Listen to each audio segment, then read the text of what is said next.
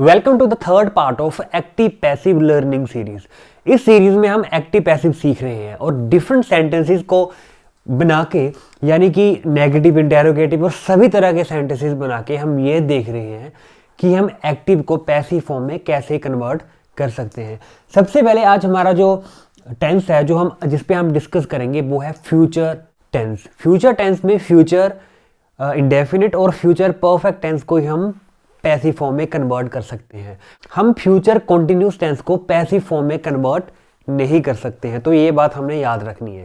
तो चलिए सबसे पहले फ्यूचर इंडेफिनिट टेंस को डिस्कस कर लेते हैं। सबसे पहले अगर आपने पिछली वाली दो वीडियोस नहीं देखी है तो सबसे पहले पास्ट और प्रेजेंट पे हमने दो वीडियोस बना रखी है, जिसपे हमने बताया है कि पास्ट और प्रेजेंट वाले टेंसेस को हम कैसे एक्टिव को पैसिव में और पैसिव को एक्टिव फॉर्म में कन्वर्ट कर सकते हैं।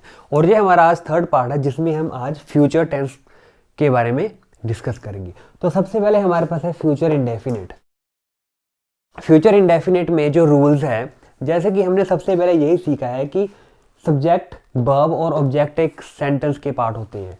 हमने पैसिव फॉर्म में क्या करना होता है, ऑब्जेक्ट को आगे रखकर, उसके बाद ये वाला जो पार्ट है वो हर एक टेंस के लिए अलग होता है, और उसके बाद third form of the verb और बाय सब्जेक्ट आ जाता है। तो फ्यूचर इंडेफिनिट के केस में यहाँ क्या आएगा, will be. Will be it means के subject plus will be plus third form of verb and by subject. सबसे पहला टेंस बनाते हैं, he will write a letter. He will write a letter. सबसे पहले हम इसे पहचान लेंगे कि विल का यूज हुआ है और उसके बाद first form of the verb use हुआ है, तो ये फ्यूचर इंडेफिनिट टेंस है। तो इसे पैसिव फॉर्म में कन्वर्ट करने के लिए सबसे पहले इसका मतलब देखते क्या है। He will write a letter, कि ये वो एक पत्र लिखेगा। तो इसको पैसिव फॉर्म में कन्वर्ट करने के लिए सबसे पहले ऑब्जेक्ट को आगे लाना पड़ेगा। ऑब्जेक्ट कौन सा है, अ लेटर। A letter. उसके बाद विल बी, तो फ्यूचर इंडेफिनिट में इस डैश में क्या भरेगा, will be. A letter will B.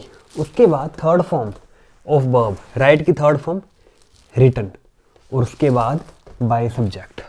Bye subject, subject he है तो ही पैसिव फॉर्म में हिम में कन्वर्ट हो जाएगा। तो ये हमारे पास सभी फॉर्म्स है कि आई मी में कन्वर्ट हो जाएगा, वी अस में, ही हिम में, शी हर में, यू रहेगा, इट रहेगा, दे को हम देम में कन्वर्ट कर देंगे। उसके बाद सेकंड सेंटेंस है, they will not promise him. वो उसे प्रॉमिस नहीं करेंगे। तो इसका पैसिव फॉर्म क्या आएगा, हिम को हम ही में कन्वर्ट कर देंगे। ही विल नॉट बी, तो ये नेगेटिव फॉर्म है, तो नेगेटिव फॉर्म में क्या आएगा, will not be. Will not be, he will not be. और अब वर्ब है प्रॉमिस, इसकी थर्ड फॉर्म है promised. He will not be promised by subject they, तो ये कन्वर्ट हो जाएगा देम में। He will not be promised by him, उसे उनके द्वारा प्रॉमिस नहीं किया जाएगा। थर्ड एग्जाम्पल है, विल यू इनवाइट हर, क्या तुम उसे इनवाइट करोगे। तो ये एक इंट्रोगेटिव सेंटेंस है। तो इंट्रोगेटिव सेंटेंसेस में हमने ये देखा है कि जो हेल्पिंग वर्ब है, तो सबसे पहले वो आ जाएगा विल।